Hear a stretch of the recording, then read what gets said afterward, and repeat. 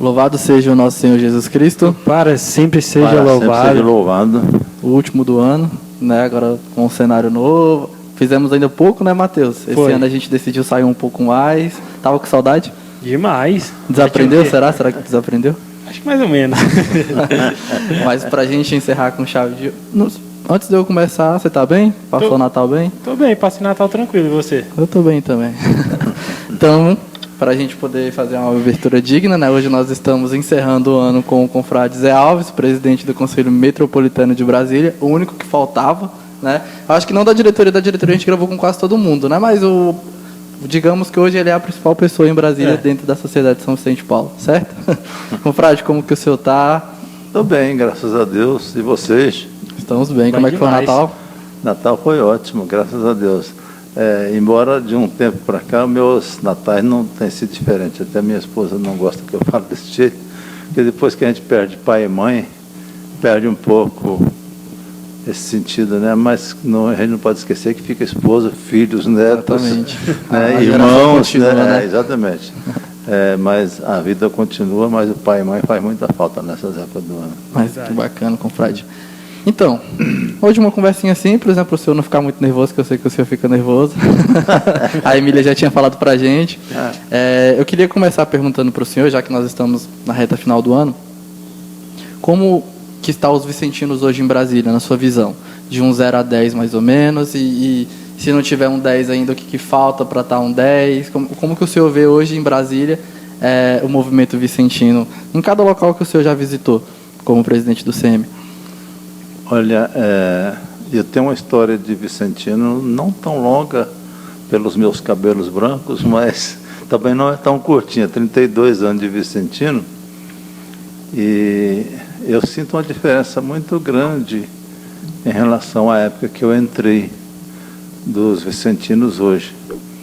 É claro que a gente vem de uma pandemia, isso de certa forma deu uma atrapalhada um pouco, a gente está trabalhando na recuperação, mas eu vejo ainda assim unidades fechando, unidades com poucos membros, vicentinos não muito comprometidos com a causa vicentina, e a gente tem tentado trabalhar muito aos conselhos particulares, né, que são os principais elos de ligação com as bases. Mas eu tenho percebido nas minhas visitas e nas informações que a gente recebe aqui, assim, uma oportunidade muito grande de se trabalhar esses espaços vazios que a gente está vendo na sociedade. O que o senhor acha que falta para a gente conseguir arrecadar mais pessoas, fazer com que essas pessoas se sintam vocacionadas a esse trabalho, que é um trabalho importante para a nossa comunidade em geral, mas que a gente percebe que ainda é um movimento que continua um pouco enfraquecido, principalmente pós-pandemia? Eu acredito que está faltando a própria vocação, né? A gente não tem mais aquela vocação. Tem gente que entra na sociedade, a gente ouve muito isso aí, e às vezes até se revolta ou se nega a cumprir a nossa regra, que é a nossa linha de ação, né? Até se ameaçando a não ficar na sociedade, caso tenha que cumprir, ele pode fazer esse trabalho sem estar vinculado a uma conferência. Isso é verdade, mas a sociedade tem o seu carisma, tem todo não é à toa que tem uma história de 180, quase 190 anos aí, né, praticamente, e 156 países. Então ela tem um carisma próprio, tem uma espiritualidade própria, e tem uma forma de trabalhar diferente. Como essas pessoas pensam e falam, é fácil fazer esse trabalho de levar cesta, né? Até escrevemos na mensagem da diretoria agora na festa da Imaculada Conceição, fazendo uma separação entre entregadores de cestas e vocacionados vicentinos. Então é muito fácil, que o próprio governo faz isso, né? O próprio governo leva a cesta, tem o Bolsa Família aí. Outros grupos dentro da igreja também. Exato, outros grupos dentro da própria igreja fazem isso, outros credos, outras igrejas fazem ONGs, isso. Né, também. Exatamente. Então, ONGs, exatamente. Você tem muita gente que faz isso. Agora, a nossa sociedade, a cesta é um motivo para a gente chegar no assistido, né? A gente busca, com o nosso trabalho, a promoção do assistido, a exclusão dele desse sistema que ele vive oprimido. A gente visa junto com ele buscar a sua inclusão social. E a cesta é um motivo para a gente chegar na casa dele. Diferentemente do que pensa esses outros. Levar a cesta, é claro, é fácil fazer isso. Pode fazer isso sem estar vinculado a uma conferência. Mas o trabalho da Sociedade São Vicente de Paulo, ele é muito mais amplo, muito mais do que simplesmente levar uma cesta. Confrade, o senhor falou que desde quando o senhor entrou, para os tempos atuais, o senhor vê a diferença. Qual a diferença que o senhor vê nos vicentinos de antigamente para os de hoje? O senhor vê que falta de hoje comprometimento, que eles estão assim, menos ligados na causa? O que o senhor acha que falta? E a diferença que o senhor vê? Eu acho que falta esse comprometimento.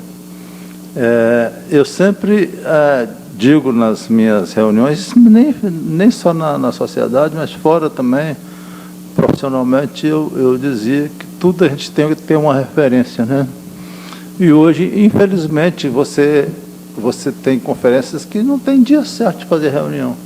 Isso aí já cria uma dificuldade de participações, porque se vocês firmam em grupo, vai ser a terça-feira o dia da reunião, aí qualquer um pode marcar os compromissos na quarta, quinta, sexta, outros dias da semana, e quando muda uma reunião de terça para quarta ou quinta, não perde a referência, aí muita gente não vai.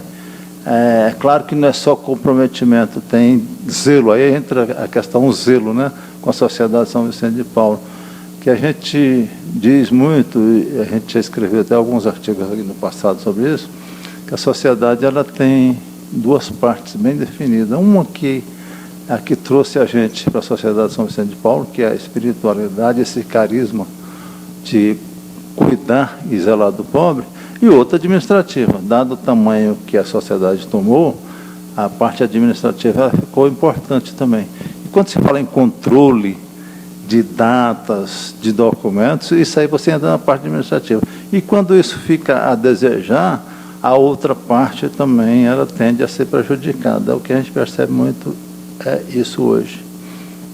O senhor acha que hoje também no momento atual faltam lideranças dentro das unidades vicentinas, principalmente nessas menores como conferência, conselho particular? Você acha que faltam uma preparação, principalmente dos conselhos centrais, em preparar novas pessoas para que sejam líderes dentro dessas bases menores, que são as mais importantes, apesar de ser as menores, né, a conferência e o conselho particular, mas são as mais importantes, é o que mantém o trabalho da sociedade ativa. O senhor acha que precisam de mais lideranças? É algo que tem que ser trabalhado para esse próximo ano? Com certeza, a liderança é uma área que tem que ser sempre trabalhada, né? Grande parte das dificuldades que a gente tem, que a gente citou aqui, eu vejo que é a falta de liderança, né? Então, eu tenho visto aí muitos presidentes particulares que não exercem como se espera a liderança dele, e quando acaba o mandato, ele sai da Sociedade São Vicente de Paulo. Quer dizer, então nunca foi vicentino na vida, na minha visão, né? Sim. Isso nunca foi vicentino na vida. Se chega a ser presidente particular e de repente chega lá, é truculento, não tem um relacionamento cortês com a sua equipe, não sabe trazer para si, para o grupo, né, não consegue fazer isso. Pelo contrário, às vezes até contribui para afastamentos. E, de repente, quando termina o mandato, ele deixa de ser vicentino. Isso aí tem muitos casos acontecendo dessa natureza, entendeu? A gente então, conversando sobre uns casos como esse também. É falta de liderança e de trabalho forte nas lideranças. Eu acho que aí falta realmente, não só os centrais, o metropolitano está sempre apoiando também, mas os centrais, eles têm, como ele faz essa ponte entre metropolitano e os particulares, eles têm que estar muito atuantes nessa área, né? E a gente vê alguns fracassos por causa dessa falta de atuação. O senhor acha que a gente constrói boas lideranças como? Dando cargos para as pessoas ou identificando o perfil de cada uma? Eu acho que a identificação do perfil é fundamental. Mas o que a gente vê hoje? As pessoas... Estou com 2 processos eleitorais no metropolitano em andamento, e um é da área de vocês. As pessoas não querem participar porque diz que não tem tempo, Tem né? medo, né? Exatamente. Então, quando você observa lideranças capazes, às vezes você não pode contar com essas lideranças porque não tenho tempo, não posso fazer isso por isso, eu tenho outras prioridades, né? E o que a gente vai fazer? Eu aprendi também, quando eu entrei na sociedade, que se a SSVP tiver na vida da gente, nas prioridades da gente, em terceiro plano, ela está bem classificada, porque ela não pode estar na frente de família, de trabalho, né? E aí comparando a sociedade com as prioridades de cristão dentro da igreja, né? Então você estaria em terceiro lugar, está muito bem classificada. Então quando se fala em família, quando se fala em vida profissional, é difícil. Embora tem também umas máximas que o tempo a gente faz. E eu sempre tive dificuldade com o tempo, porque a minha vida profissional era muito difícil. E eu tenho 32 anos de Vicentino, só tenho 12 anos de aposentado. Então, 20 anos de Vicentino foram os anos mais duros para mim na vida profissional. Conciliando as coisas, né? E conseguia conciliar. É claro que eu tinha dificuldade para ser presidente, mas nunca me neguei a ser tesoureiro. Se eu não conseguia fazer de dia o trabalho de tesoureiro, eu ia à noite, a hora que eu chegasse em casa, fazia. E no dia da reunião eu entregava tudo bonitinho, não tinha problema nenhum. Quer dizer, mas eu tinha vocação. Graças a Deus, eu acho que eu tenho vocação para Vicentino. E eu gosto muito do trabalho vicentino. Foi o que eu me identifiquei quando eu escolhi alguma coisa para fazer para a sociedade, para a igreja, né? E eu me identifico muito. Então, é diferente. Quando a gente tem esse sentimento de pertença, você consegue arrumar tempo e administrar, né?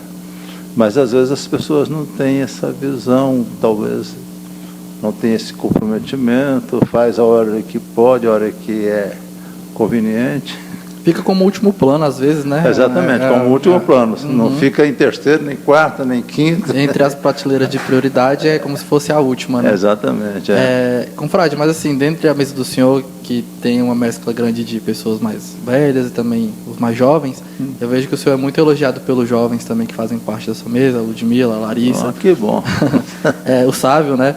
E eu queria saber do senhor se, ainda continuando nesse assunto de falta de liderança, o senhor também acha que falta um investimento por parte dos conselhos centrais, particulares, na juventude, em apostar que tem um jovem como presidente, tem um jovem como uma liderança de uma comissão de jovens também, porque eu vejo que tem muitas comissões de jovens com pessoas mais velhas, que muitas vezes não sabem nem como fazer o trabalho, né? Como trazer um jovem, como fazer um recrutamento, que é acho que o principal trabalho de uma comissão.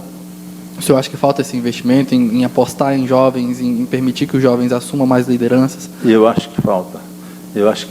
E um dos meus sonhos, quando eu me candidatei a presidente aqui, era sair e deixar pelo menos 50% dos presidentes de conselhos centrais jovens. E muitos de particulares jovens. Infelizmente eu não consegui. Não é que eu não consegui, nós não conseguimos, não posso assumir sozinho também, né? Porque eu sempre falei que o trabalho da gente é em equipe, ninguém faz nada só. E ainda mais numa instituição como a nossa, ninguém faz nada só.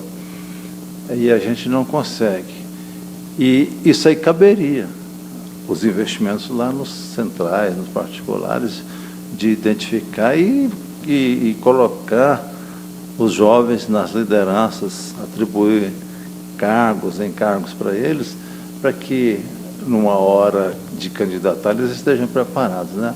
E não é só em Brasília, não. O Brasil todo está carente de jovens nas lideranças. E eu acho que é uma pena, porque a sociedade foi fundada por jovens, né? E para jovens. E hoje eles só vê cabecinha branca dirigindo aí os conselhos.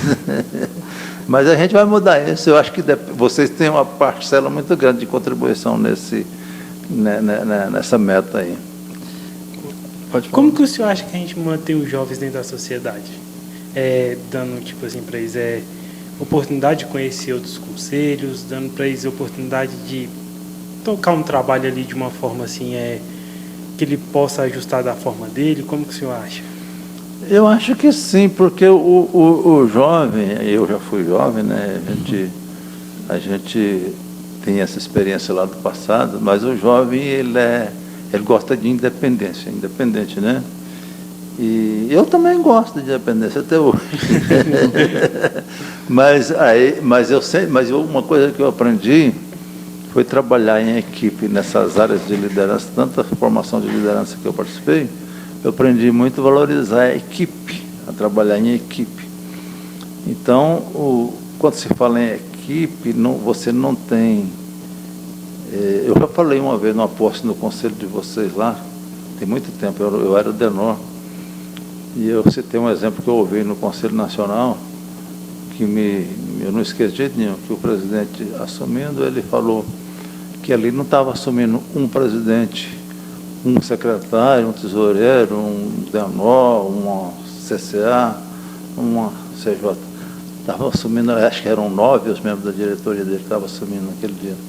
Por ali estava assumindo o Hélio, que está lá em Santo Antônio Descoberto. O Hélio falou, aqui está assumindo 9 presidentes, 9 secretários, 9 tesoureiros, 9 vice-presidentes, 9 comissão de jovem, 9 tudo. E é dessa forma que tem que ser encarado, sabe? Se a gente vai para uma reunião de um conselho, acho que a gente faz uma reunião de diretoria antes, exatamente para equalizar, né, Ludmila? Eu falo isso direto, para equalizar entendimentos e opiniões, para a gente ir com uma... Não que todos falem, tem que concordar com tudo, mas pelo menos acordado na mesma língua. Acho que tem presidentes que precisam ouvir isso mesmo. Então, para o senhor, o senhor acha que para uma boa presidência, para um bom mandato, a pessoa tem que trabalhar em equipe, né? Tem, isso aí tem que trabalhar em equipe. E não é só aqui não, na sociedade.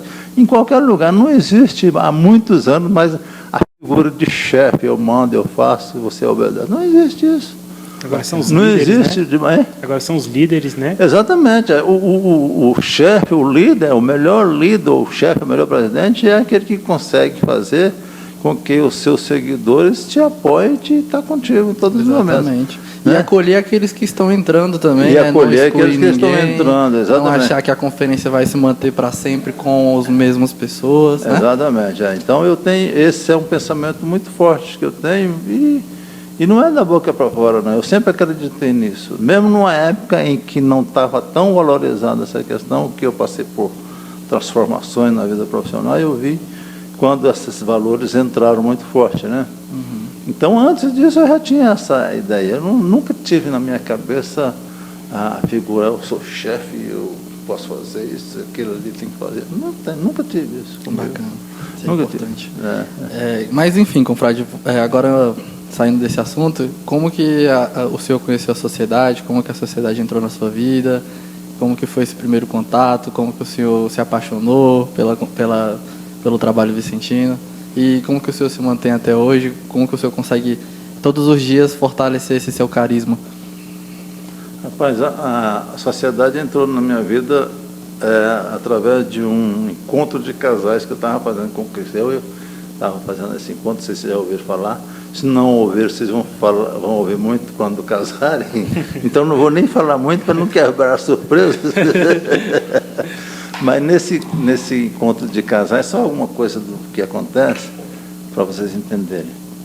Eles dividem o grupão em vários grupos pequenos, né, que eles chamam de ciclo. Uhum. E eu caí num ciclo de 7 casais, me parece. De 7 casais. E tinha um confrade lá, hoje eu falo confrade, na época eu não sabia nem que era confrade, né? Ele, de 3 palavras que ele falava, 2 era a Sociedade São Vicente de Paulo. Então ele falava o tempo todo nisso aí. E eu sabia já que eu tinha que fazer alguma coisa na igreja, além de estar indo à missa, participando da missa, né? Eu sabia disso. Aí de tanto ele falar, o nome dele é Jesus Serafim da Silva, a gente só chama ele de Gil. E coincidentemente é pai do nosso vice-presidente aqui hoje, que é o Márcio Ribeiro, foi aniversário dele ontem. Foi.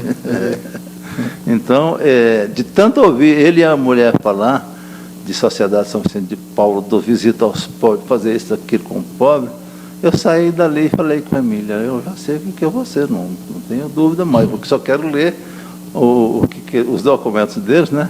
Aí quando terminou ali, ele me deu, eu fui na casa dele, claro que ele não levou isso para lá, Ele me deu uma regra, daquela fininha ainda antiga, me deu um livro de história em quadrinhos de São Vicente de Paulo, história em quadrinhos de Alzanã, e vocês não conheceram, mas a CAF antigamente, a Escola de Caridade, tinha um livrão desse tamanho assim, branco.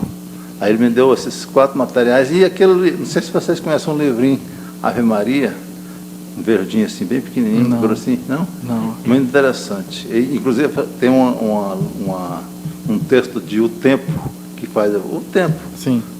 lá Faz os no folhetos. finalzinho, que é interessantíssimo. Compra ele, que ele é muito bom. Ele tem... Aí ele me deu esse material todinho e eu li. E depois que eu li, ele me indicou a conferência para ir participar, que era exatamente o Márcio presidente. Aí eu fui para lá, no domingo de manhã, e olha, eu escolhi 8 horas da manhã, que era a reunião, porque eu ia para a missa das 7, depois ficava para a reunião, eu tinha futebol no sábado, não gostaria de futebol. Então, eu procurei conciliar tudo, né, para eu aderir, e quando eu li esse material, e de tanto que eu ouvi ele falando, eu não tive dúvida, fui para lá, e eu não tive surpresa. E quando que começaram a aparecer os primeiros cargos? Isso foi logo me viram com cara de tesoureiro. E O senhor trabalhava com essa área de contabilidade? trabalhava, sempre trabalhei nessa área de controle de contabilidade. Aí eu fui tesoureiro com pouco tempo, mesmo naquela época não tinha os pré-requisitos de tempo, né? Aí me deram, fui secretário também de conferência, mas fui tesoureiro de conferência e com uns 3 anos, 2 anos e pouco de sociedade, já me chamaram direto para ser tesoureiro do Conselho Central. Caramba. Aí eu fui para ser tesoureiro de Central. Tudo Aí rápido, né? Igual no encontro de casais, acabaram com a minha carreira numa rapidez tão grande. Aí eu fui para tesoureiro do Central e fiquei 2 mandatos no Central, mas nesse período eu estava acumulando a tesouraria da conferência, e foi fundado um particular no Guará 2, lá no Guará só tinha um particular, Guará 1, São Paulo Apóstolo. E nesse período que eu estava no tesoureiro, foi desmembrado o São Paulo Apóstolo para fundar o Santa Clara no Guará 2. A Emília foi a presidente, ela já me botou para tesoureiro. Então eu fiquei conferência particular e central, tesoureiro. E tocava, e é uma época que eu não tinha tempo, mas eu nunca deixei de entregar um mapa, nunca deixei de prestar conta, porque é aquilo que eu te falei para vocês, eu não conseguia fazer de dia, fazia à noite. Sim.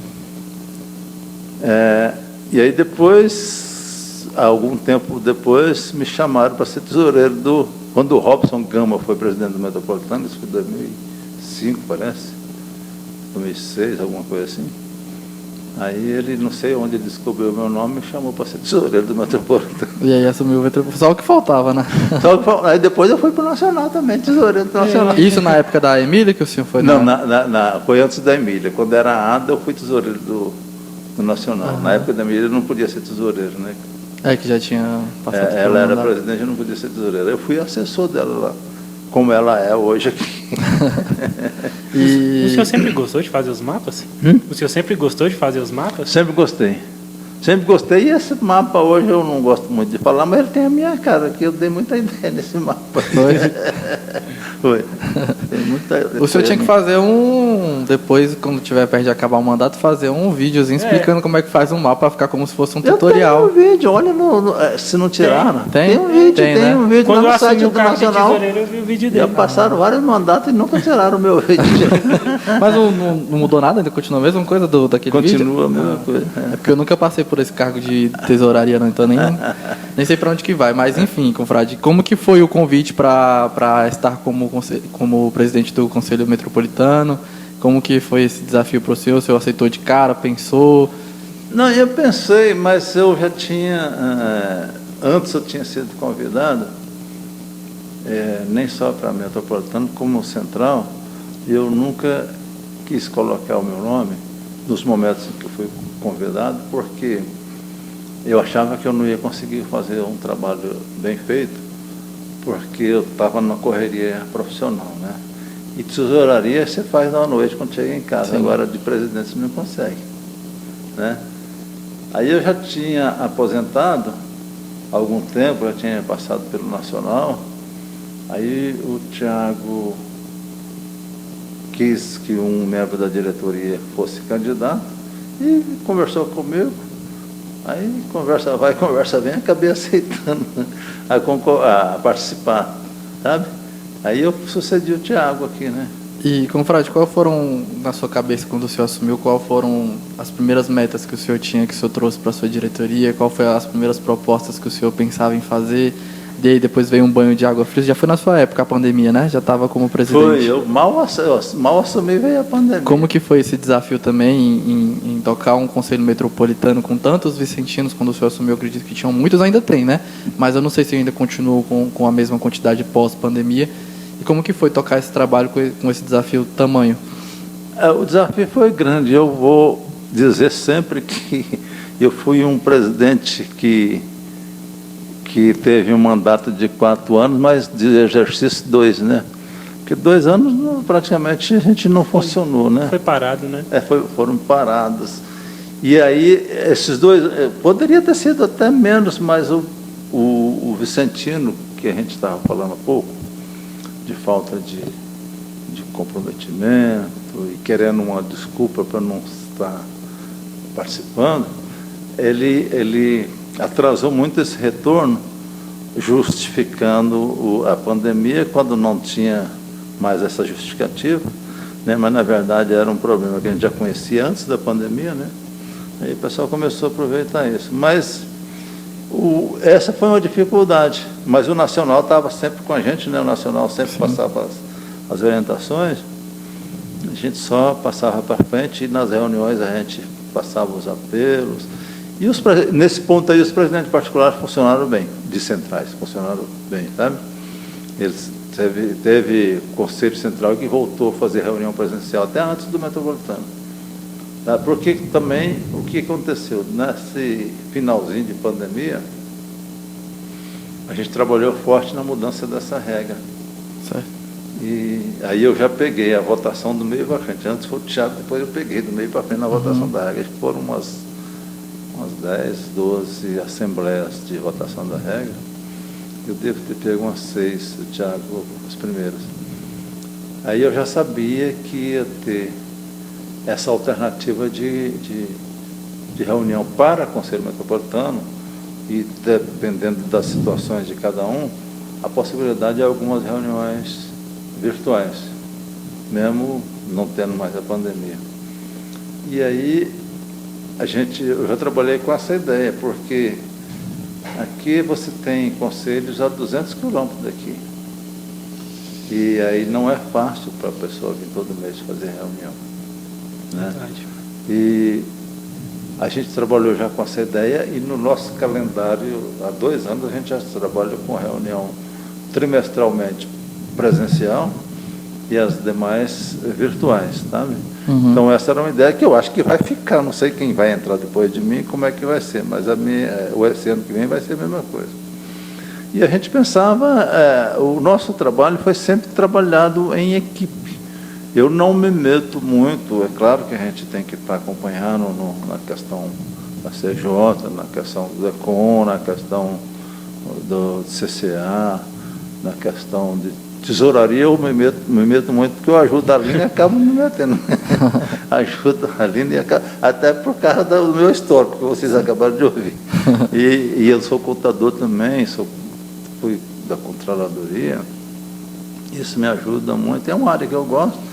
E como eu quero as coisas bem feitas nessa área, principalmente no Conselho, eu quero em tudo, né? Mas essa é que eu posso contribuir mais. E essa é a que ultimamente vem mais dando trabalho para o Conselho Nacional, né? Muitos rombos, muitos... Exatamente, Então a gente pegou firme nisso aí, e as outras coordenações têm plena autonomia, sabe?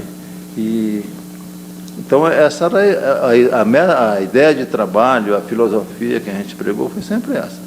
Sabe? Uhum. E graças a Deus, acho que todas as coordenações estão bem, CAP, todo mundo, acho que o Conselho Metropolitano nunca, na minha visão, né, eu sou suspeito de falar, Então nunca deixou a desejar nenhuma coordenação. Então a sua primeira prioridade quando o senhor assumiu foi isso, né? Foi atribuir responsabilidade e acompanhar e o pessoal ter autonomia. Como foi as escolhas? Como As o senhor escolhas? decidiu, Eu já conheci algumas pessoas, né? E outras eu fui pegando indicações, né? E acho que foi Deus que apontou para mim. Foi uma boa escolha, né? Foi uma boa escolha.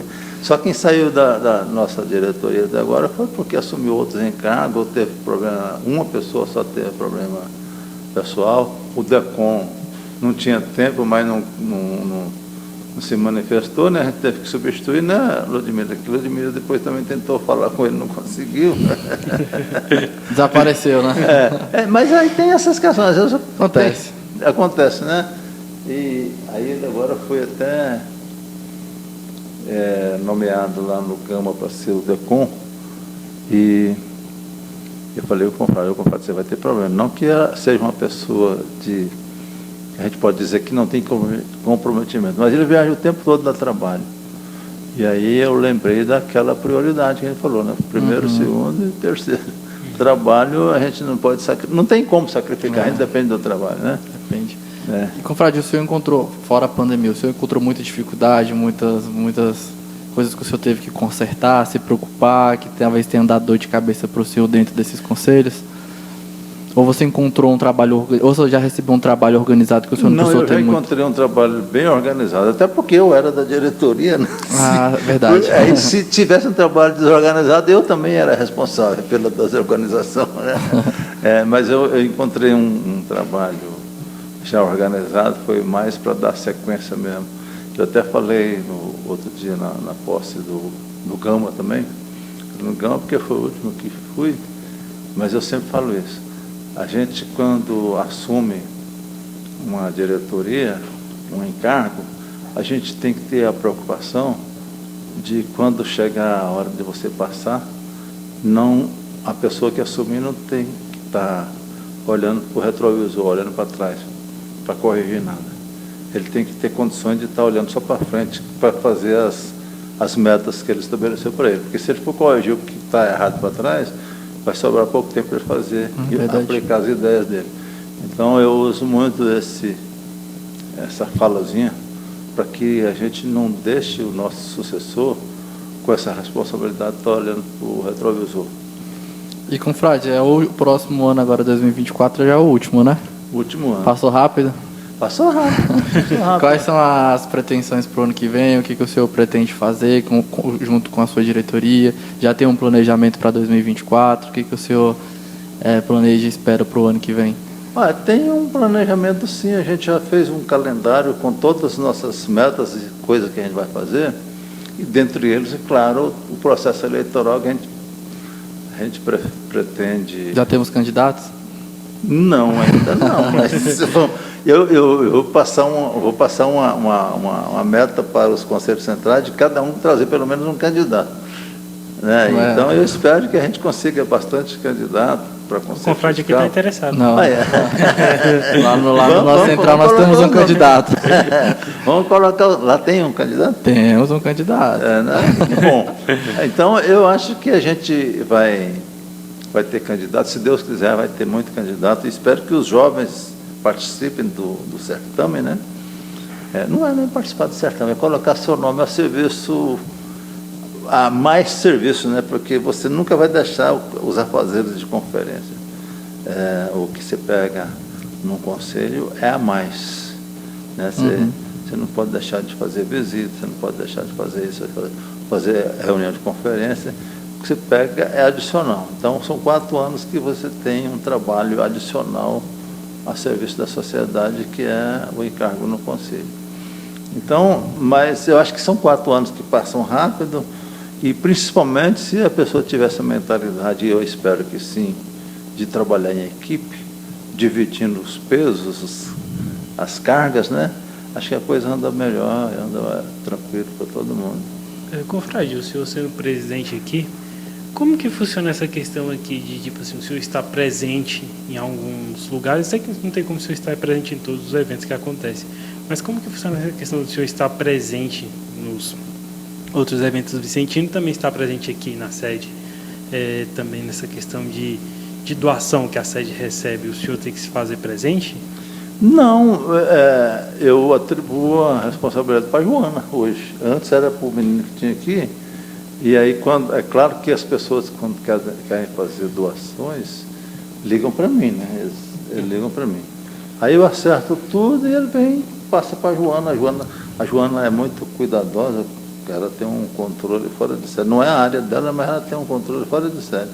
Então ela relaciona tudo. Inclusive, outro dia eu trouxe umas doações do meu filho aqui, e ele, do jeito que ele pegou lá e me entregou, eu do jeito que eu peguei, trouxe e entreguei para ela. Ela foi separar para catalogar, achou lá um certificado do meu neto e uma carteira com mais de R$200 do meu neto. É uma verdadeira doação. Está no meio das doações. Então, quer dizer, ela separa tudo. A gente sempre ganha, tem um grupo de médicos que moram lá no Sudoeste, perto da minha casa. Todo mês eles dão aí várias cestas. Aqueles que tem aquela urnazinha, lembra? Sim, isso aí já recebemos lá. Aqueles que distribuíram aquelas urnas, eles todo mês eles dão várias cestas para a gente. Aí, ou eu entrego direto lá para alguém, que eu já tenho as áreas assim que mais carentes, né? Mais precisas, mas tem mais gente e pouca conferência, né? E aí eu chamo eles para pegar direto, ou então trago para aqui para distribuir aqui. Uhum. Mas a gente não procura não deixar muito tempo aqui, não. Porque senão não tem sentido, né?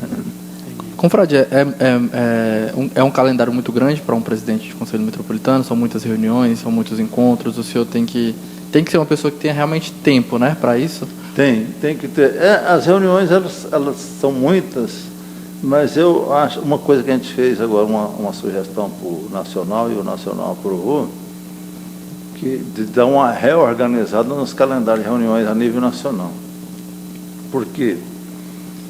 Por exemplo, o presidente do Metropolitano, ele participa das reuniões do Conselho Nacional que acontecem no primeiro fim de semana, no primeiro sábado de cada mês. Excepcionalmente, muda isso um pouco. Essas reuniões são 2 dias, ou consegue fazer em um dia só? Tem algumas reuniões que duram 2 dias. E quando a gente vai presencial, não tem como ir num dia, né? Você precisa de 2 dias. Então, isso aí, o que acontece? Impede que você participe de muitos eventos dos centrais, eventos que é fundamental para a presença do Metropolitano, e o presidente não está. Como esse ano nós fizemos as visitas, né? Eu tive condições de participar muito pouco, porque marcaram as visitas coincidindo com as reuniões dos centrais, e também coincide com as do Nacional. Uhum. E a proposta que a gente apresentou e aprovada pelo Nacional é que no primeiro fim de semana do mês aconteça a reunião do Nacional, segundo Metropolitano, terceiro central e quarto os particulares. Né? Aí vai diminuir um pouco esses problemas. Tá? Alivia, né? Alivia, porque é fundamental, eu acho, a gente fazer visita aos centrais, e visitar no dia que eles estão com todos os particulares é fundamental. E como que o senhor consegue conciliar a sua presença hoje na conferência? O senhor ainda consegue participar bem ou também ainda fica um pouquinho ausente? Não, participo bem, eu não deixo de jeito nenhum. Eu até falei, uma coisa que eu espalhei também no Conselho Nacional, o presidente usa até hoje isso aí, é que o dia que o Conselho me atrapalhar em uma conferência, eu tenho que deixar o Conselho, não eu acho que Vocês atendem aonde? A conferência do senhor faz visitas em qual região? A conferência atende naquelas periferias do Guará. Tem muita dificuldade ali. Nessa área do seu conselho particular, são quantas conferências? São 8 conferências. Não, 10 conferências. Tem até um número bom. 10 né? conferências no meu particular. A conferência do senhor está como? Tem quantas pessoas atualmente? Na minha conferência? Pouquíssimo. Tem 6 pessoas. Não, pode estar bom, compadre. Tá bom. Tem conferência pior.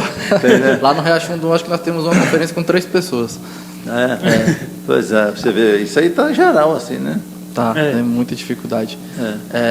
Enfim, confrade, mas um assunto também que eu acho que eu vejo como importante, eu participei de um encontro, do Encontro Nacional da Juventude esse ano. Foi esse ano, né? Foi esse ano. E aí eu vi muita gente particularmente também expostamente falando sobre as dificuldades nas regiões delas com padres, né? Alguns padres que não aceitam não é que não aceitam, mas que tratam como não prioridade o trabalho vicentino, deixa um pouco mais esquecido, acaba colocando como prioridade outros trabalhos que não deixam de ser importantes, mas que deveriam todos caminhar juntos, né? Todos, pelo menos para dentro da igreja, eu penso que todos os trabalhos, dependente de qual seja o movimento pastoral, devem caminhar na mesma prateleira. O senhor recebeu muito, pelo menos aqui em Brasília, nos nossos conselhos centrais, o senhor recebeu algumas reclamações sobre isso. Como que o senhor trata essa questão? Como que o senhor aconselha as pessoas que trazem esse tipo de reclamação para o senhor? A gente tem tido muitos problemas dessa natureza aqui, inclusive na área de vocês, eu acho também. Mas tem outras áreas. É por isso que eu entrei no assunto. É uma questão complicada, mas o vicentino tem que ter jogo de cintura, né? E que às vezes falta, que o padre, ele é preparado, ele pode até ser preparado para um lado que não é o que se espera de uma figura religiosa, um líder religioso, né? Mas acontece muito. A gente já teve problema aqui de padre falar que não queria vicentino na igreja dele. A gente teve o senhor acha que esses problemas se dão por quê? O senhor já teve alguma conversa com algum padre que explicou o porquê disso? Porque eu não consigo entender como que um padre, uma pessoa religiosa, uma pessoa que sabe a causa do trabalho vicentino, não aceitar. Não vai querer um grupo de caridade. Isso. Né? Eu acho que o fundo disso aí é falta de um conhecimento de liderança. Porque o padre que quer, que briga por isso e que prejudica, às vezes, a reunião de conferência, o convívio com os vicentinos, é porque ele quer ser o chefe de tudo que acontece na igreja, né? E o vicentino, você sabe que a gente tem uma independência. Isso, a gente não pode jogar isso na cara do padre. A gente tem uma independência porque nós temos um carisma diferente, mas nós também somos, antes de ser vicentino, cristãos católicos. Mas o padre não pode exigir que a gente está lá em reunião deles lá o tempo todo, que a gente presta conta para ele. A gente tem que prestar conta para o conselho, claro que tem que prestar conta para ele também, que a gente dê contribuição da nossa unidade para ele. Essa é uma das razões da dificuldade, entendeu? Então, agora o vicentino, ele tem que ter muito cuidado em tratar isso, porque ele não pode falar, padre, eu sou independente, a minha regra fala que eu faço reunião em qualquer lugar, não preciso da igreja. Jamais pode falar um negócio desse. Você tem que tentar a convivência harmônica e tentar convencê-lo de que você está ali a serviço da igreja também. E na verdade, nós estamos a serviço da igreja, né? Sim. Agora, tem padres que não aceitam isso. Eu sei o padre que você está falando, eu até falei com o bispo. No dia daquela nossa festa regulamentar, lá no Bandeirante, eu fui almoçar com o bispo e falei para ele. Aí ele até fez uma colocação do referido padre lá, que não tinha sentido com os procedimentos que ele tem fazer um negócio desse. É difícil de entender, né? Porque assim, é um grupo que tem um trabalho importante dentro da igreja, que muitas vezes é o que movimenta paróquias, né? Porque é um trabalho que, ao mesmo tempo que atrai doações, pessoas para conhecer, também traz pessoas para participar do grupo. E o grupo, querendo ou não, as reuniões é dentro da igreja, né? Exatamente. Ou seja, tendo pessoas dentro do grupo, vai ter pessoas para dentro da igreja também, porque a gente sempre ressalta nas nossas reuniões a importância de o vicentino participar da missa, a importância do vicentino estar atribuído ali dentro dos trabalhos da igreja também, porque não tem como a gente falar que a gente não contribui com o trabalho da igreja, né? Sempre quando tem um evento na paróquia, os vicentinos são convocados a trabalhar e a gente trabalha. E geralmente é no mais pesado. Exatamente. Inclusive o Conselho Nacional trouxe agora recente uma orientação sobre isso, né? De que a gente deve participar da igreja sempre. Então, se tem um evento vicentino e tem um da igreja, a gente divide o grupo. Vai um pouco para a igreja e um pouco para o vicentino. E eu acho que isso é fundamental, porque a gente também não pode deixar de participar, né? Assim como o padre também tem que ser caridoso, né? Ele tem que abrir o espaço da igreja para que a gente possa trazer essas pessoas para dentro desse espaço. Exatamente. Lá no Riacho Fundo 1, nós temos o padre Roger, que ele não é vicentino, ele é da arquidiocese mesmo, a congregação dele é outra, mas ele tem muito esse pensamento vicentino.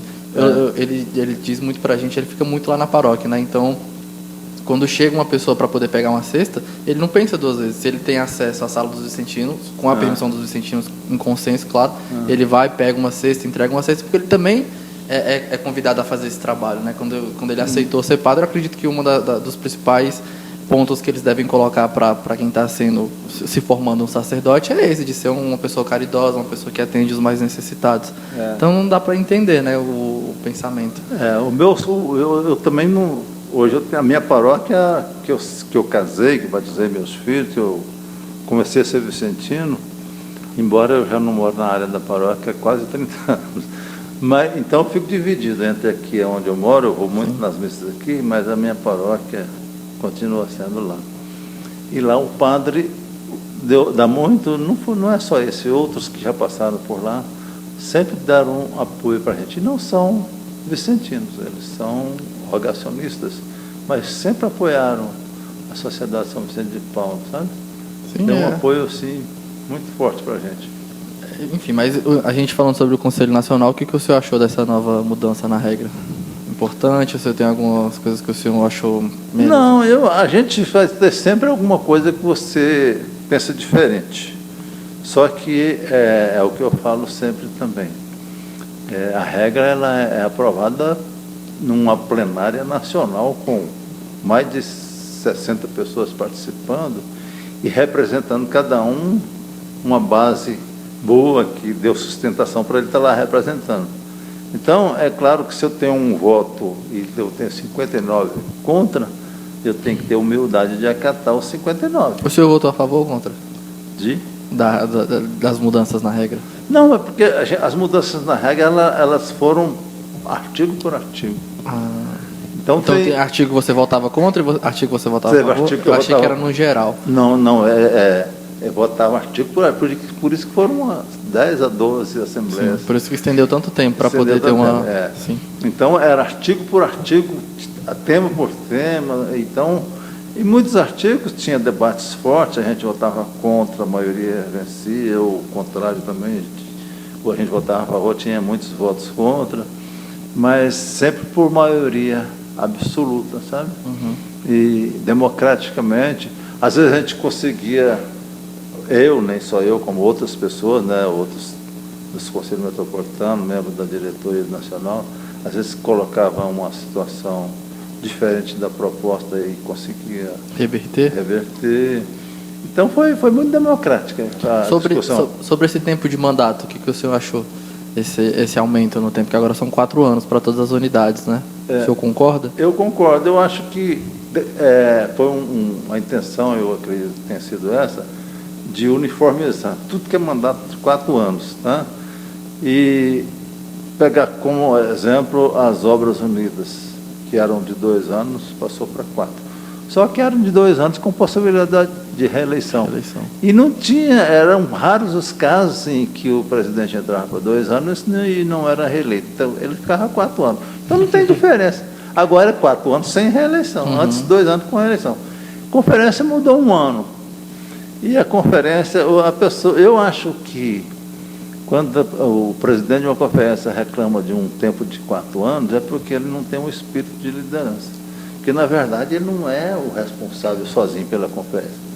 O responsável pela conferência são, no meu caso, 7 membros, né? Então, a Emília é presidente. Não é a ideia dela que tem que prevalecer. Então, todos ajudam, todos fazem tudo e todos têm direito de voto. Então, se a pessoa pensar desse jeito, trabalho de equipe, com 4 anos, a pessoa vai estar aqui participando, ou então dirigindo a reunião, qual a diferença? 4 anos ou 3 anos? Não tem, ao meu ver, isso é um argumento que não convence. O senhor também é a favor da não reeleição? Mesmo tendo passado? Sou a favor da não reeleição, porque eu acho que tem tanta gente, ainda, felizmente, né, por mais que a gente tenha perdido, temos muita gente. E é uma oportunidade de todos passarem por aqui, dar sua contribuição, votar, defender suas ideias com direito de voto, né? Eu acho que a não reeleição é bom, é renovação, né? Já pensou se ficasse um presidente que não comunga do pensamento da maioria, ficar 3, 4, 5, vários mandatos? É claro que aquele que faz a coisa certinha, alguns gostariam que ele ficasse mais, né? Mas eu acho que a mudança, ela faz bem. É verdade. Faz bem, né? E não cansa ninguém, né? Sim, isso, exatamente. Esse é um ponto importante. Confrade, tem algum confrade que o senhor se inspirou desde quando o senhor entrou na sociedade? Tem o Jesus Serafim da Silva, o Gil. É por isso que o meu guru. É por isso que essa amizade do senhor com o Márcio também é forte, né? Porque já veio do... Esse é o pai dele, né? Que o senhor falou? É o pai do Márcio, né? Por isso que já vem de longos anos. Já vem de longos anos. O Gil, hoje ele deve ter 86, 87 anos. Se você for olhar o cabelo dele, tem poucos fios brancos. E não pinta, não. Não pinta, não. Mas é uma pessoa, ele fala muito, mas é uma pessoa assim, é um vicentino que, sabe, exemplar. Certo. Vicentino exemplar. E eu aprendi com ele. E também teve outros. Agora, um confrade Hélio Pinheiro, que faleceu há pouco tempo, eu aprendi muito com ele, morava em Valadares, vocês devem ter visto o falecimento dele. Eu aprendi muito com ele também. E com vários outros, né? Eu aprendi com o confrade Antônio dos Anjos, que foi fundador desse conselho aqui, aprendi muito com ele. Confrade, como o senhor e sua esposa conciliam essa vida de vicentino, trabalho, filhos? Como que vocês conciliavam isso tudo? Rapaz, a Emília, quando entrou, a gente conheceu na igreja. Vocês entraram no mesmo ano juntos? Não, foi no mesmo ano. Ela entrou alguns meses depois. Aí o que acontece? Quando eu conheci a Emília, ela era catequista, ela começou a trabalho de catequese com 14 anos de idade. Aí eu conheci com 15, acho que é 15 anos. A gente casou, ela ia fazer 20, não, fez 21, mas quando a gente deu entrada nos papéis, ela não tinha 21 ainda. Foi preciso até da mãe no cartório para dar autorização. E aí... Nossa, seu caso novo. Seu caso não, novo, casei com 28 anos. Ah, sim. Ela que ia fazer 21. Nossa diferença de idade é 7 anos e meio. Aí ela teve... Aí veio os meninos, vieram os 3 meninos, foi quando veio essa questão do encontro de casais.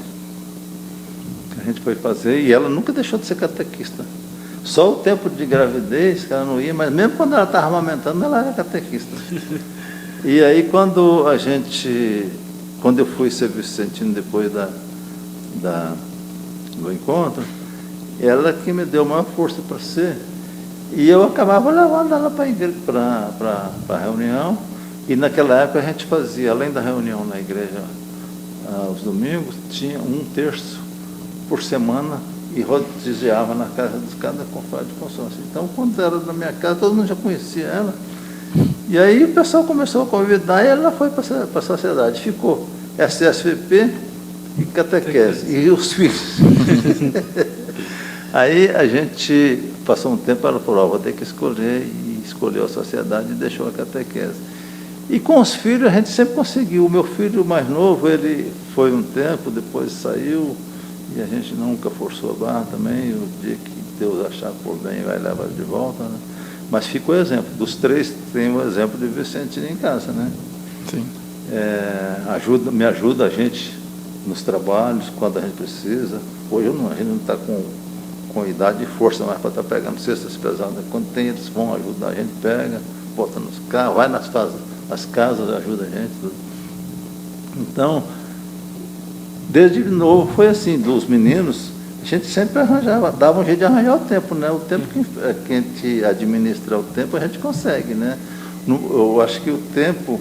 às vezes tem algum momento que pega, mas se a gente conseguir administrar legal, dá para fazer tudo sem prejudicar ninguém. Tanto é que ela teve uma vida profissional adiada, a carreira dela, por causa de filhos, mas a sociedade ela nunca deixou. É importante. Então, Frade, sobre um outro assunto também, que eu acho que a gente ouviu muito falar esse ano, foram as intervenções, né, que o Conselho Nacional fez.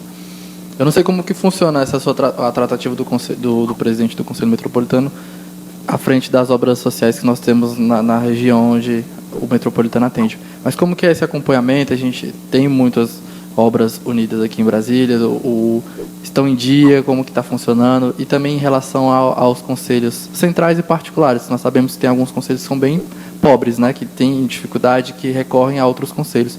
Como que foi o acompanhamento do Conselho Metropolitano durante esse tempo de mandato do senhor relacionado a isso, às obras, e também a esses conselhos que necessitam dessa ajuda?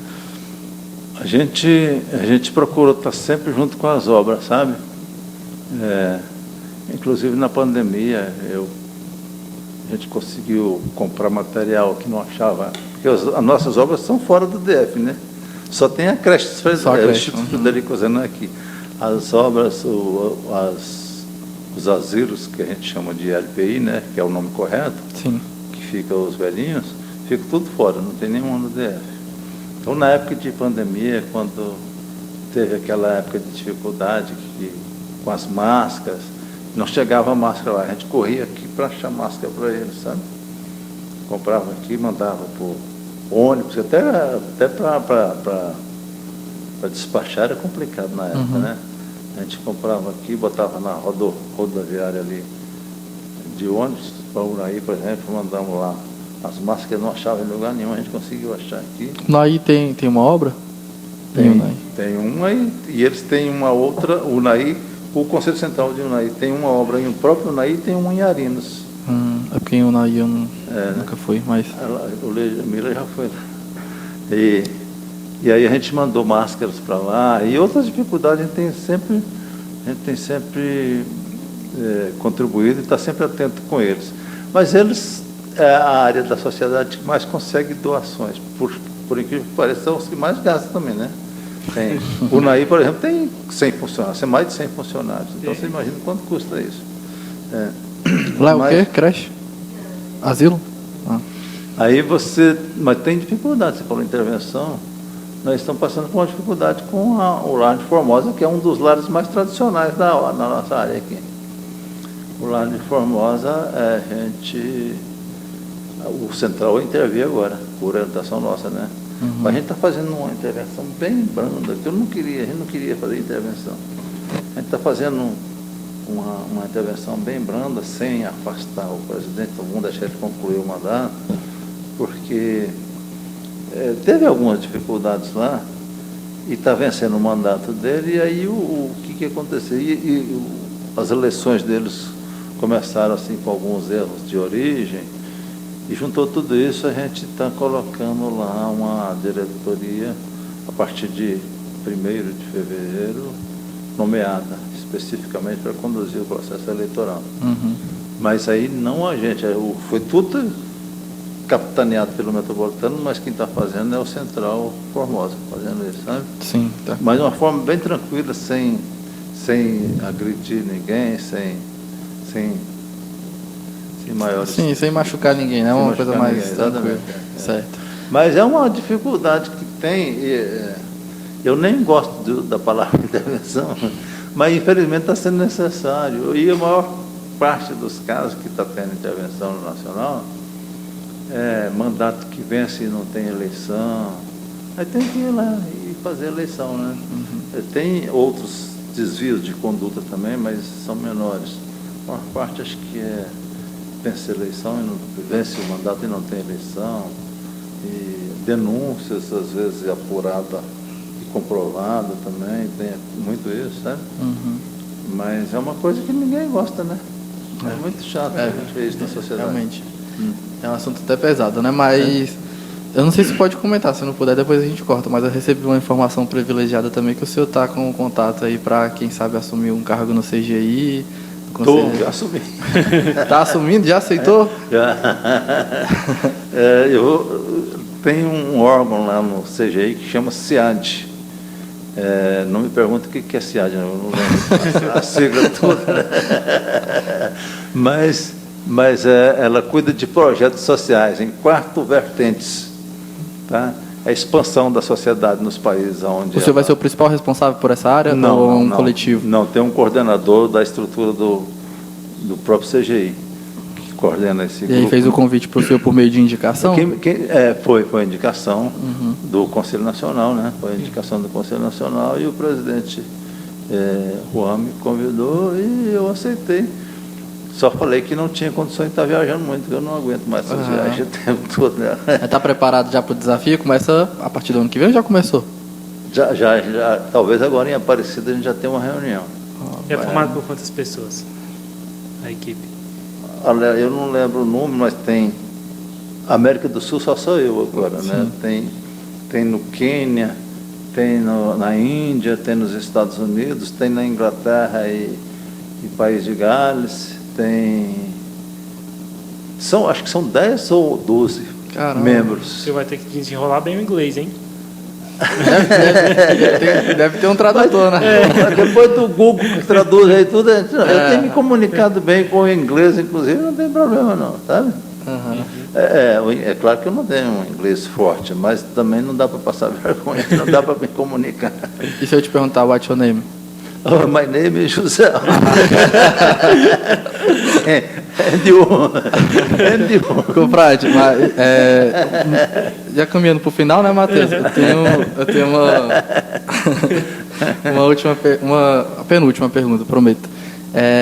Dentre essa caminhada que o senhor tem já de longos anos, né, 32 anos que o senhor mencionou, tem algum momento assim da sua vida como vicentino que marca até hoje, que o senhor lembra, leva como exemplo, seja numa visita, seja com os membros da conferência, algo assim que marcou para a sua vida a ponto de você lembrar até hoje?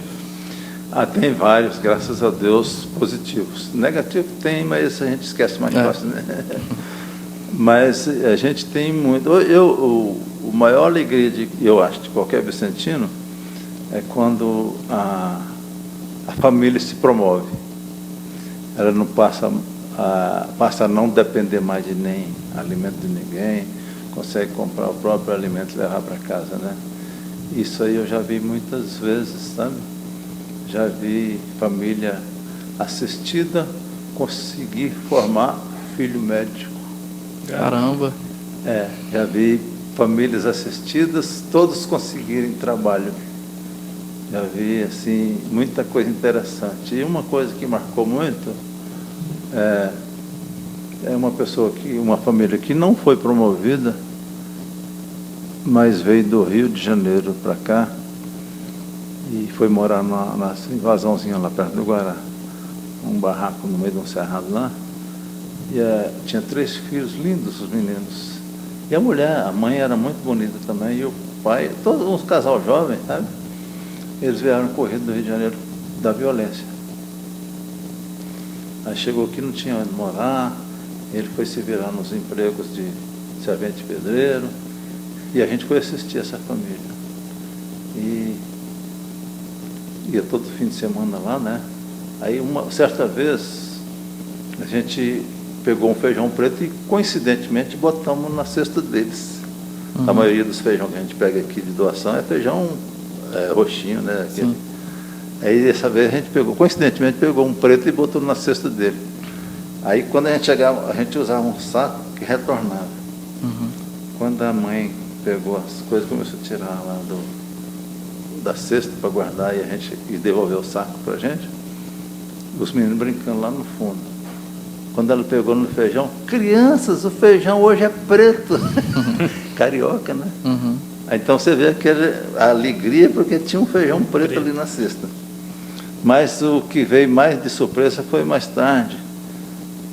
Eu não sei o que aconteceu, que a gente não ficou sabendo, mas ela apontou algumas dificuldades, tiveram que voltar para o Rio de Janeiro.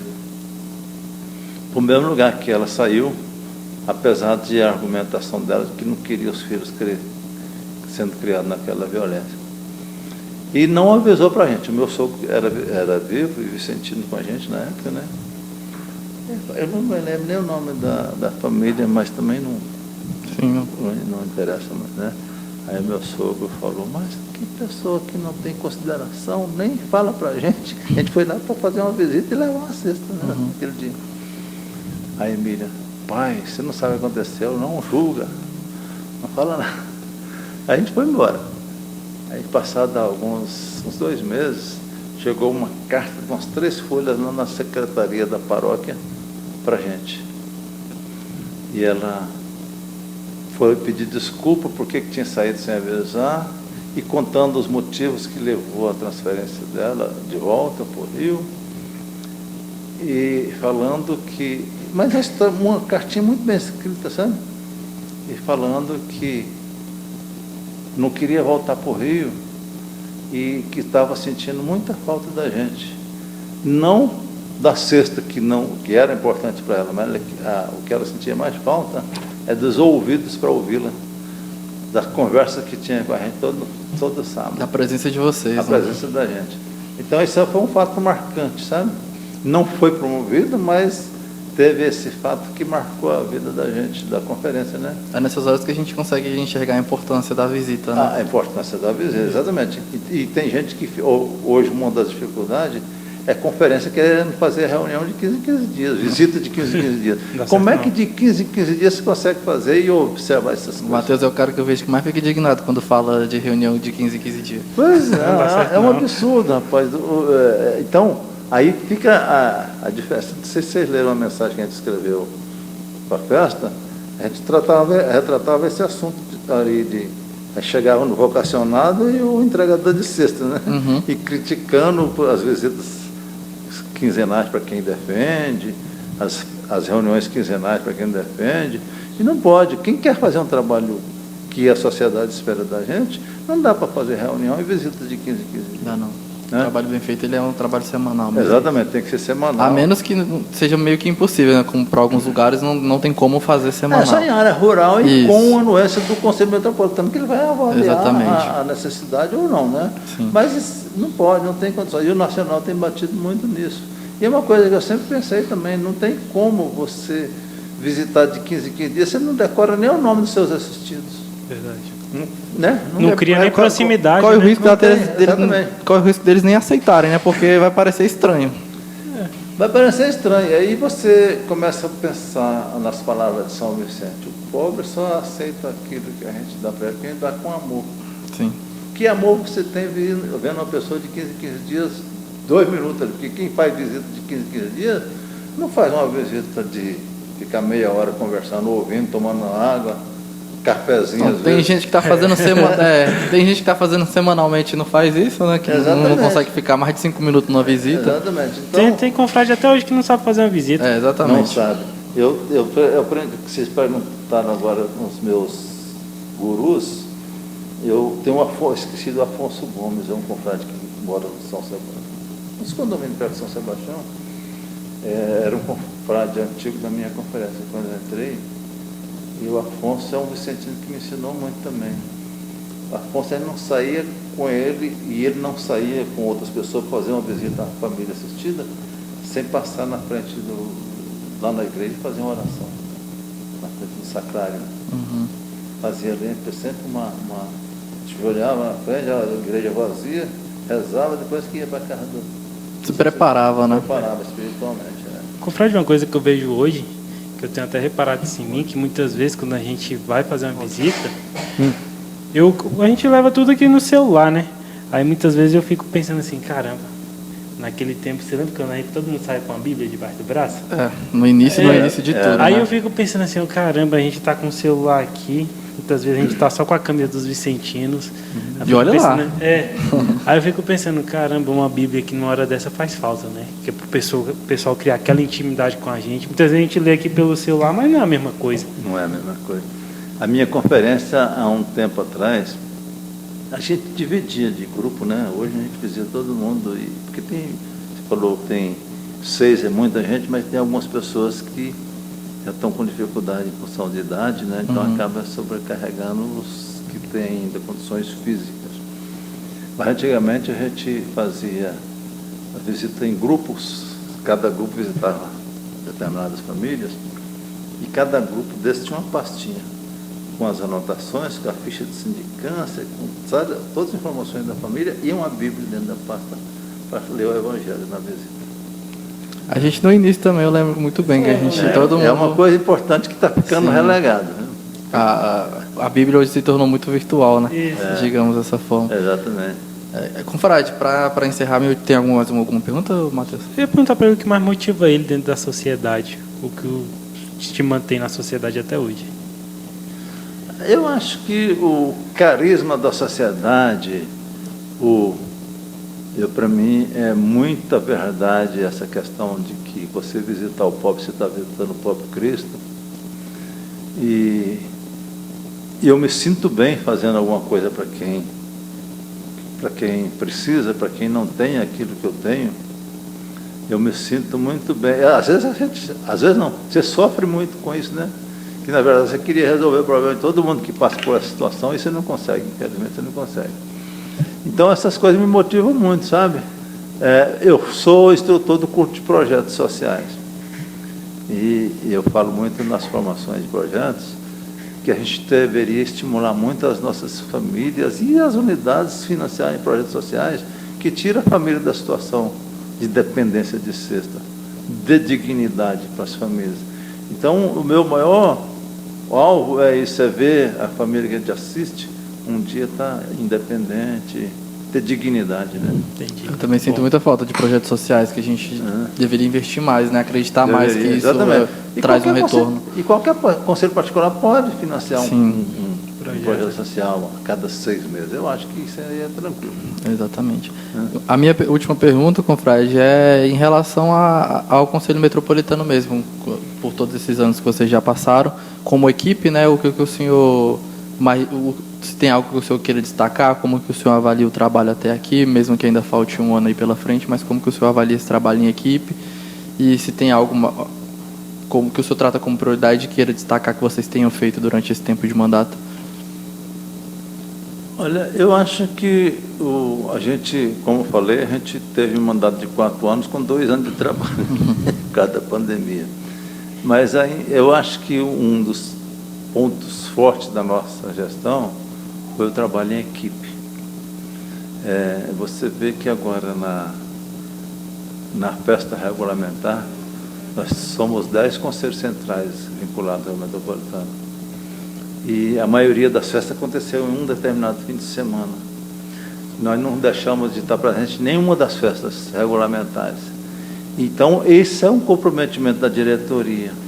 E que eu acho que isso vem de liderança, não só do presidente, mas de todos aceitarem as ideias de trabalhar em equipe do presidente, né? Do presidente e de outros membros da diretoria, não é só do presidente. Né? E isso aí na minha visão, uma coisa forte que eu gostaria que o próximo presidente priorizasse essa linha de trabalho para frente. E é claro que a gente vai sair com o sentimento de que gostaria de ter feito isso, aquilo, mais coisas. Mas não foi possível por algumas razões, talvez até fraqueza, né? Acredito fraqueza da gente, mas vai ser sempre assim. E nunca vai estar 100% satisfeito. O dia que a gente falar, não tem nada para fazer, é porque a gente está no lugar errado. Até o próprio tempo, que às vezes a gente acha que é muito, mas quando vai ver na prática se encurta. É pouco tempo, exatamente. Então você tem sempre que pensar em melhorias. E a gente, como trabalha para os assistidos, o nosso foco, o nosso principal objetivo é ele, e está sempre pensando em melhoria para ele. E como que a gente pode fazer para melhorar a situação dele? O que a gente pode fazer? Né? A gente falou agora em projeto social. Por que as conferências não ficam observando em cada família o que pode mudar a vida dele ali, para tirar ele da dependência da cesta? Sim. Né? Cada conferência que está ali no dia a dia, na semana, semanalmente, né, com a conferência, tem condições de fazer essa observação e levar para a sua conferência e propor alguma ação de mudança mudança de estrutura, né, daquela família. Oi, confrade, presente da Neo Energia. Obrigado. Matheus, mais alguma coisa? Não, só isso mesmo. Então, confrade, quero agradecer. Acho que foi um papo muito produtivo. Demais. Deu para a gente conseguir agregar muita experiência do senhor e entender um pouco mais como que funciona esse trabalho tão importante que às vezes as pessoas sentem que é um pouco mais distante, mas não é distante, está próximo a nós. Hoje em dia acho que está até mais próximo do que os mandatos anteriores. A gente consegue saber mais, ter mais informações de como que está acontecendo os trabalhos dos conselhos superiores. Então, eu quero agradecer a presença do senhor. É o último podcast do ano, então é bom encerrar com chave de ouro, né, com a pessoa que está como responsável pelos vicentinos em Brasília. Mas antes de mais nada, antes da gente poder encerrar oficialmente, eu queria que o senhor deixasse uma mensagem final, né, como aproveitando também já o final de 2023, para nós vicentinos, né, principalmente aqueles que estão até hoje aí ativamente participando, que o senhor deixasse uma mensagem que motivassem a continuarem, porque agora a gente inicia um ano do zero e o trabalho continua porque a gente não tira férias, né? E os vicentinos têm que entender isso, que a gente não tira férias, a gente não tem recesso, onde quer que a gente esteja, a vocação continua. Então eu queria que o senhor deixasse uma mensagem para nós vicentinos, para que a gente continue firmemente participando dessa causa tão nobre, né, que é o nosso trabalho. O momento é muito propício, né, para isso, porque a gente está em clima de Natal, chegando aí a Ano Novo, né, e tudo se renova, tudo começa de novo. E aí a mensagem que a gente deixa é que nessa época a gente vai muito nas igrejas, está sempre na igreja vendo o nascimento do menino Jesus, né? E o vicentino, ele tem esse privilégio de estar na casa do menino Jesus semanalmente. Então, nesse ponto de vista, o vicentino está, todo fim de semana é um Natal para ele. Todo fim de semana ele está lá em contato com o menino Jesus, que eu acredito muito que o Papa Francisco não cansa de falar isso, o São Vicente de Paulo já disse, tantas vezes você vai à casa do pobre, tantas vezes você encontra Jesus. Então, a gente tem esse privilégio de encontrar Jesus todo fim de semana.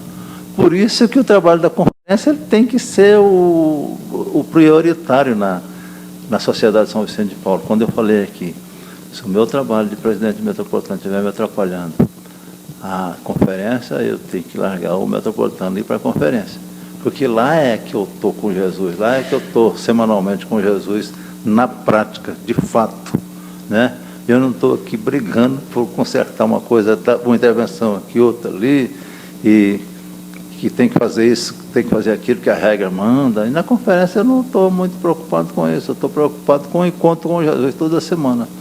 E eu espero que cada vicentino tenha esse pensamento, esse sentimento de pertença da Sociedade São Vicente de Paulo e esses valores que são valores da Sociedade São Vicente de Paulo. E a cada semana você encontra Jesus na figura do pobre que visita. E se a gente tiver esse pensamento, com certeza essa nossa sociedade vai muito longe e vai crescer, voltar a crescer. Assim a gente espera e conta com todos nessa linha de ação aí. Feliz Natal, feliz Ano Novo para todo mundo, 2024, que a gente não tenha mais nenhum problema que atrapalhe nosso trabalho, né? Um 2024 produtivo e que a gente consiga promover muitas famílias assistidas. Coisa boa.